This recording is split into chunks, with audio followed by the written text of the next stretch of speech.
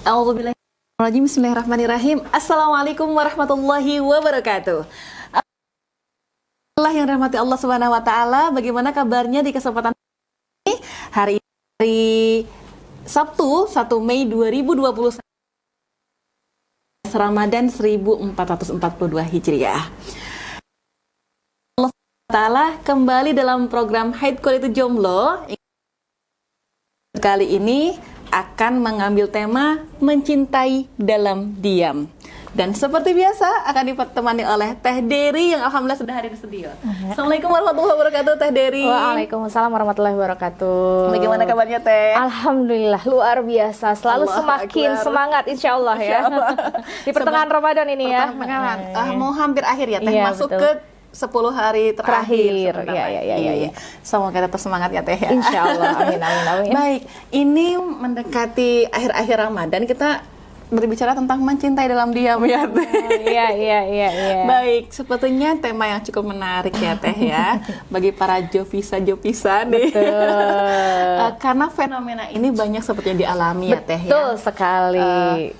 Nah, mungkin bisa dijelaskan dulu nih bagaimana mencintai dalam diam itu, Teh. Iya, ini kan fenomena di sekitar kita, di mana sahabat-sahabat kita yang sudah sadar dengan sepenuh jiwa dan raga bahwa aku hanya ingin mempersembahkan cintaku pada pasanganku yang sudah mengucap akad denganku begitu ya, sehingga dia menjaga diri begitu.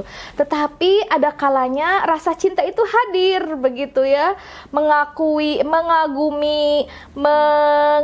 bahwa dia itu luar biasa, lawan jenis tentunya ya, bukan dengan yang sejenis ya. Artinya memang masih normal kalau seperti ini. Jadi ini memang fenomena juga nih, kita harus hati-hati bahwa fenomena jatuh cinta dengan sejenis ini juga marak di antara kita. Maka kita itu harus sekuat tenaga berjuang menghindari hal-hal yang seperti itu. Laknat loh, bukannya murka Allah tuh, tapi dilaknat ya. Jadi memang kita harus berikhtiar sekuat tenaga menjaga diri kita ketika mencintai yang betul sesuai dengan syariat begitu. Dan Teteh sering sekali mendapat curhatan para akhwat-akhwat, Teteh saya itu menyukai seseorang begitu, tapi gimana ya Teh ya, boleh nggak sih sebetulnya, berdosa nggak sih ketika ada rasa cinta ini kok kayaknya itu nggak bisa dihentikan begitu ya, kagum sama Primus pria musola gitu ya. Aduh, rasanya tuh kalau dengar dia azan itu Masya Allah gitu, hati tuh bergetar gitu. Lagi ngajar TPA pengen lihat juga, intip-intip sedikit gitu. Itu kayak gimana Teh? Nah, ini yang seperti inilah yang dimaksud cinta dalam diam gitu ya. Atau fenomena mencintai laki-laki suami orang begitu ya. Nah, ini yang nggak boleh sebetulnya. Ini banyak juga nih, nah fenomena seperti ini. Mungkin bisa jadi pemicunya adalah dia merasa laki-laki itu yang notabene adalah suami orang mirip seperti ayahnya gitu ya, mengayomi dan lain sebagainya. Kan kalau sudah menikah mah jiwa kebapaannya memancar begitu ya, sehingga dia jatuh cinta begitu. Nah, ini juga banyak terjadi, cinta dalam diam.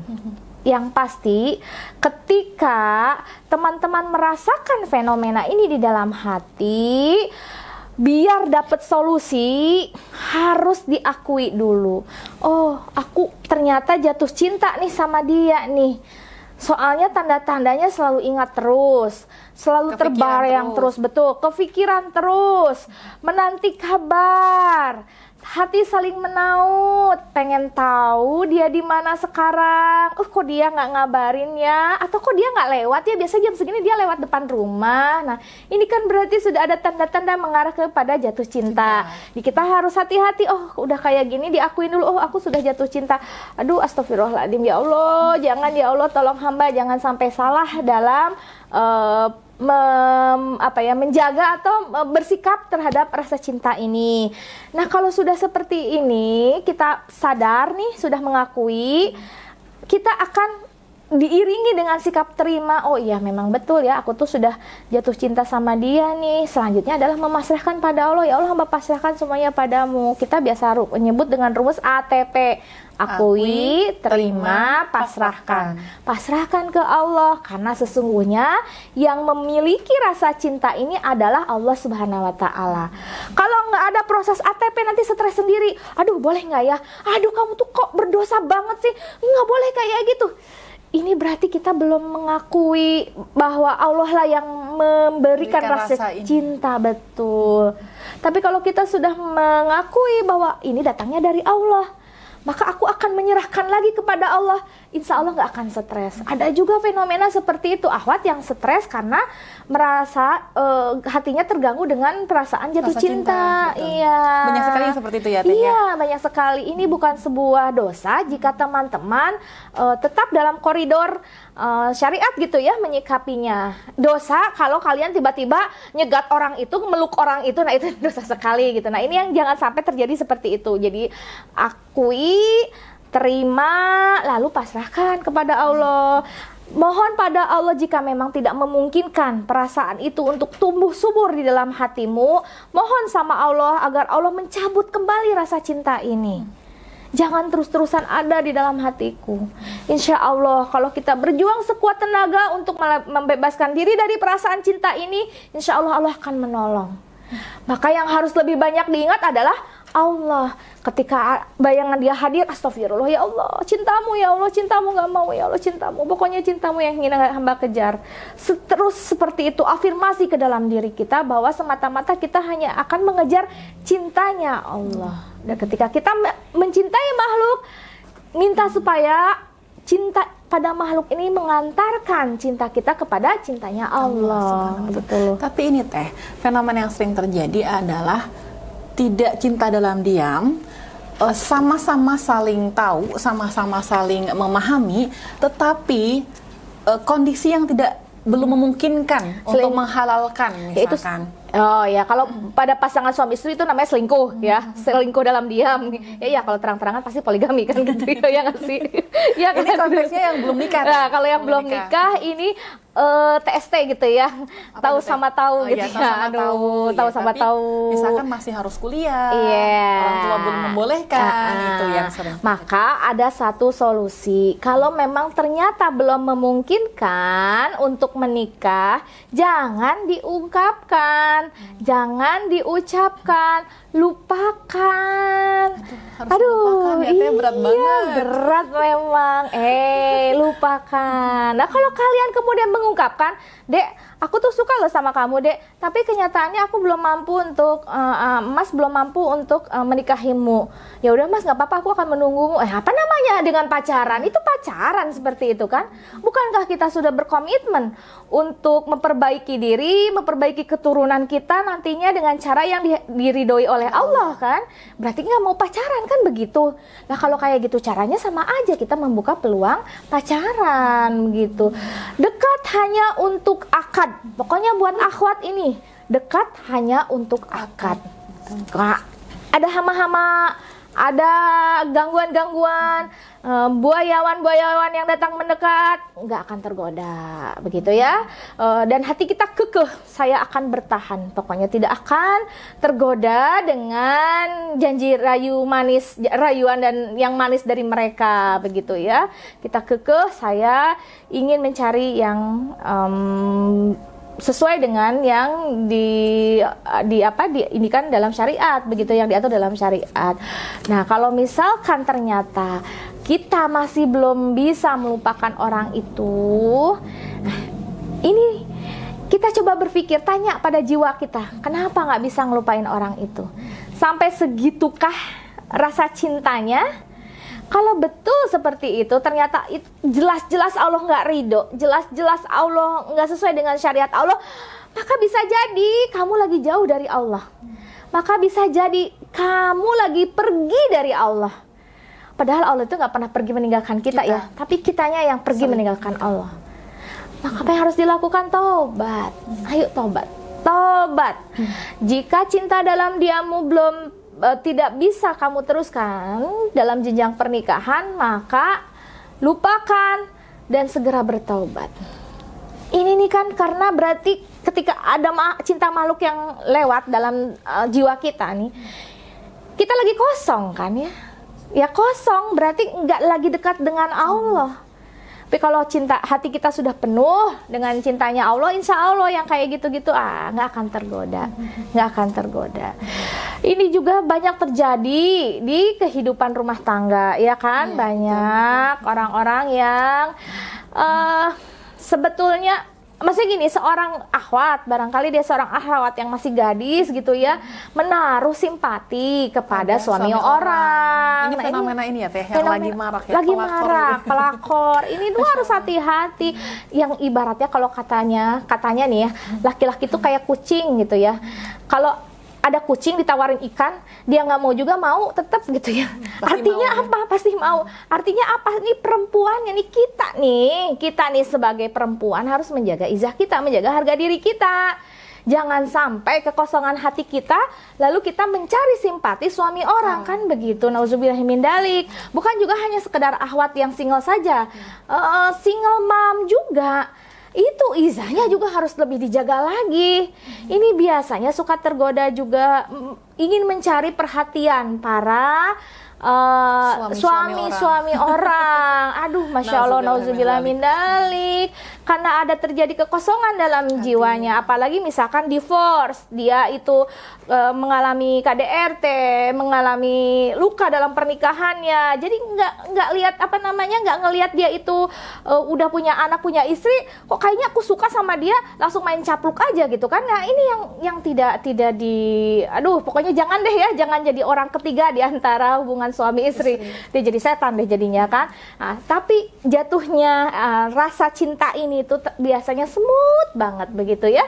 Dia akan mencari alasan untuk bisa berkomunikasi gitu, untuk bisa selalu terkonek hatinya. Begitu juga dengan ikhwan dan akhwat yang belum menikah gitu. Kalau sudah seperti ini mendingan nikah aja. Kalau sudah tidak bisa menikah, belum udah mau tapi belum mampu gitu, mendingan fokus pada perbaikan diri. Sekarang apa yang bisa membuatmu kemudian mendapatkan izin dari orang tua? Bisa saja kamu lagi belum dapat izin dari orang tua ya gitu. Apa yang bisa membuatmu mendapatkan izin itu? Oh, lulus kuliah. Lulus kuliah dulu, selesaikan kuliahmu. Oh, katanya belum berpenghasilan. Ya benar juga, kalau emang belum berpenghasilan, kok udah nekat-nekatan mau nikah begitu ya? Ya udah cari kerjaan. Tapi ada buktikan. Ini loh, Teh, Gimana? Kadang-kadang anak-anak yang ini tuh cukup punya prinsip, ya udah menikah dulu aja, nanti sama Allah dikayakan. Itu bagaimana tuh prinsip seperti itu Teh? Ya, kalau dia berpenghasilan, tetap berpenghasilan, tapi tidak berpenghasilan tetap, it's okay. Tapi kalau dia sama sekali belum punya penghasilan, menurut Teteh cari dulu, karena itu adalah harga diri laki-laki. Izah seorang laki-laki. Dia akan menjadi qawwam, dia akan dihargai oleh istrinya, akan dihormati oleh istrinya, oleh keluarganya, manakala dia sudah bisa memenuhi kebutuhan keluarganya, kan begitu. Perkara ternyata gajinya masih sedikit, itu lain lagi. Itu kalau istrinya ridho nggak masalah kan. Tetapi dia harus tetap berpenghasilan. Walaupun penghasilannya tidak tetap, it's okay. Jadi sekarang bagi yang pengen nikah muda, pengen segera menikah, nggak apa-apa, niat itu harus terus dipupuk gitu, ditumbuh suburkan di dalam dirimu untuk punya semangat mencari pekerjaan atau mencari penghasilan. Dan sekarang mah banyak duduk manis rebahan di rumah juga bisa menghasilin uang ya, di zaman digital seperti ini begitu. Nggak perlu pergi ke kantor, nggak perlu pakai sepatu pantopel, nggak perlu pakai seragam, kita udah bisa dapat penghasilan. Nah itu, jadi silakan nyatakan rasa cintamu, jangan hanya diam saja, ajak dia untuk menikah. Tapi jika tidak memungkinkan, mohon maaf, lupakan saja, lalu fokus pada perbaikan diri. Insya Allah suatu saat Allah akan kasih jalan, barangkali nanti ketemu lagi dan berjodoh, ya kan? Tetapi lupakan dulu, jangan terus ditumbuh suburkan perasaan itu. Lupakan dulu, pasrahin sama Allah, minta sama Allah agar dipilihkan seseorang yang memang sesuai, layak untuk mendampingimu dan sesuai dengan maunya Allah. Gitu. Jangan sampai kemudian dilupakan tapi diingat-ingat terus, dia nggak move on ya, kelepon ya, ikatan jomblo kelamaan move on jadinya gitu. Iya itu Teh. Tadi yang saya sampaikan itu ya, ada seorang yang mencintai atau menyukai seseorang tetapi belum mampu untuk menikah karena harus kuliah misalkan ya, karena harus jauh. Nah, tapi mereka sendiri tidak bisa melepaskan diri. Tidak bisa melepaskan. Itu yang namanya bagaimana? Cinta melebihi rasa cinta kepada Allah. Berarti mereka berdua sedang jauh dari Allah. tobat sudah. Kan tahu kalau itu teh nggak boleh. Kan tahu itu teh sama aja dengan pacaran. Iya nggak sih? Nggak, tapi teh kita nggak melakukan apa-apa. Hati kalian saling bertaut. Kalau teteh bener-bener strict ya, namanya pacaran itu bukan hanya, tapi ketika hati sudah saling bertaut, itu udah pacaran namanya. Kalau misalkan kita nggak jalan bareng, kok nggak friend zone gitu, nggak ngomong saling suka gitu, tapi kalian kemana-mana berdua, ya sama aja bohong lah, gitu ya. Kemudian itu teh, intensitas japri yang sering, tidak gitu ketemu ya. Tapi japri. Dan ranahnya bukan ranah pabrik japri tadi ya, ranahnya ranah privat, ranah pribadi. Udah itu mah tuh namanya apa namanya kalau bukan pacaran? Itu mah pacaran. Udah mendingan sekarang diputuskan. Ini akhwatnya yang harus bertindak. Kenapa? Harga dirimu loh harus diperjuangkan. Kamu pengen dapetin anak-anak, kamu ingin melahirkan anak-anak yang solihah, harus diawali dari dirimu dulu yang solih dan solihah dulu gitu. Biarin si Ikhwannya mah, biar terserah dia lah. Kalau urusan dosa aja, urusan dia dengan Allah. Tetapi dirimu harus menjaga diri. Harus berlari mendekat pada Allah, ambil sikap. Kan biasanya Ahwat juga terbawa suasana nyaman. betul. Oh, jangan seperti itu, mohon maaf. Sok, kamu ambil sikap, kamu putuskan dia, lalu kembali ke jalan yang benar. Yuk, kembali ke cintanya Allah. Begitu. Berarti Ahwat yang harus punya prinsip ya teh. Iya. Soalnya karena teteh Ahwat. Mungkin kalau ada Kang Yasi di sini akan bilang Ikhwannya dong gitu. Soalnya teteh lebih paham. Iya, kita dari versi Ahwat. Kamu pasti bisa, kamu pasti mampu dan berdaya melawan rasa cinta yang salah itu. Jangan dengarkan lintasan pikiran setan yang terus menggelitikmu. Abaikan. Kamu pengen menjadi seorang single yang terhormat, ya kan? Seorang jomblo yang terhormat, ijotomat. Makanya harus ada lagi istilahnya ya, ijotomat. Maka harus berjuang mendapatkan cintanya Allah. Gitu. Masya Allah. Teh, apa ya? Ini tadi fenomena yang ini ya. Mencintai suami orang terkait ini ya teh. Nah ini kita pernah kita tarik ke studi kasus ya teh. Ada seseorang yang curhat gitu bahwa suaminya dicintai oleh single gitu kan, single. Kemudian minta dinikahi. Nah kemudian yang menjadi bingung itu saya harus bagaimana gitu. Ini satu kasus yang ini lumayan banyak juga ya, karena sekarang itu yang mau berbagi itu, yang mau menjadi madu itu bertebaran di mana-mana begitu ya. Ini untuk seorang istri, ini adalah ujian cintamu. Kamu lebih memilih suamimu atau lebih memilih Allah? Ya, kenapa kok kayak gitu teh? Akan terukur di situ.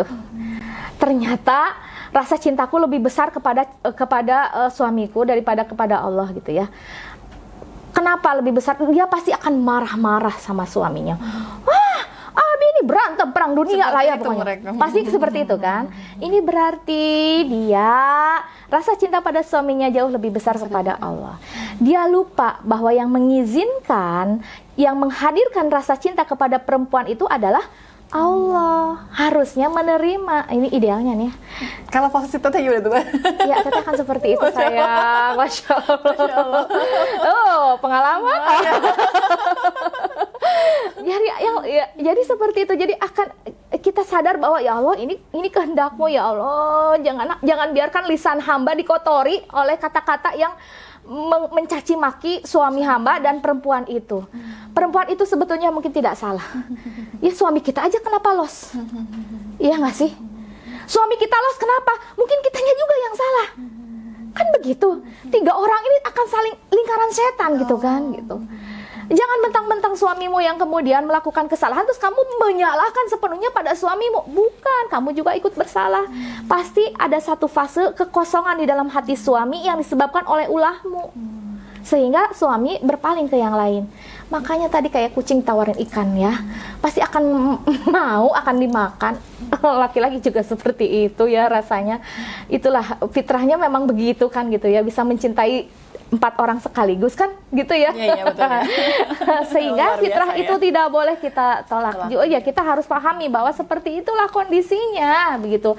Maka apa yang kita lakukan? Ya bertobat, mohon sama Allah, mohon ampun supaya menjaga lisan agar tidak dikotori oleh cacian makian kepada suami. Lalu kita duduk bicara bersama-sama apa yang sebenarnya terjadi. Jika memang solusi dari hasil obrolan, hasil peristiwa itu adalah menikah lagi, ya kita juga harus siap. Itu makanya kalau ternyata rasa cinta kita kepada Allah lebih besar, mungkin kita akan oke, ya Allah, mungkin ya kita akan, walaupun ini berat pasti, oke, ya Allah, hamba terima, terserah suami hamba mau seperti apa, begitu ya. Jadi silahkan saja melangkah begitu. Nanti kita boleh memilih sebetulnya kan, lanjut atau enggak kan gitu ya. Tapi untuk mengatakan lanjut atau tidak, kita harus melibatkan Allah. Istikharah dulu. Ya Allah, gimana ini? Ya, apakah menerima peristiwa ini atau enggak? Nah, itu seperti itulah. Pokoknya ketika ada fenomena pengkhianatan di dalam rumah tangga, ini adalah satu ujian dari Allah. Allah ingin ngecek sejauh mana rasa cintamu di keduanya ya, pasangan ini kepada Allah. Apakah rasa cinta pada Allah lebih besar atau pada pada pasangan yang lebih besar?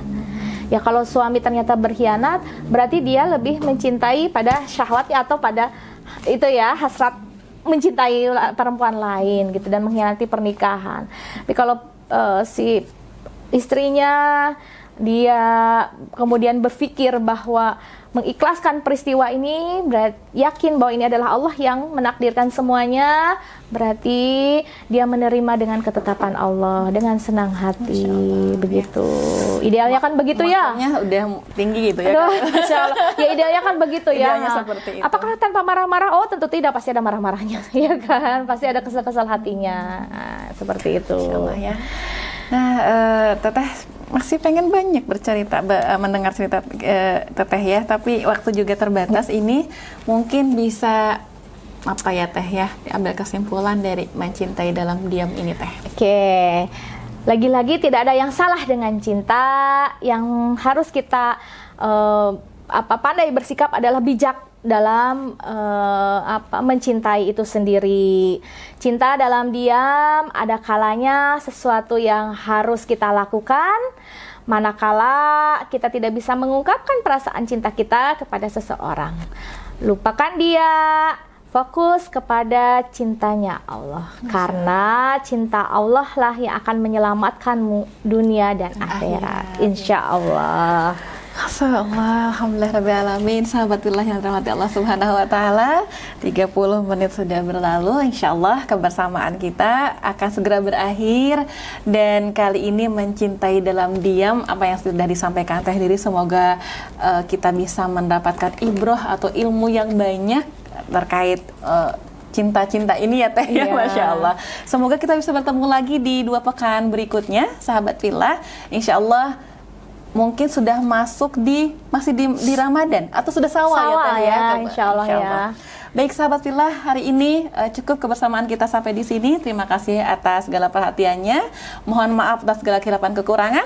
Wassalamualaikum warahmatullahi wabarakatuh.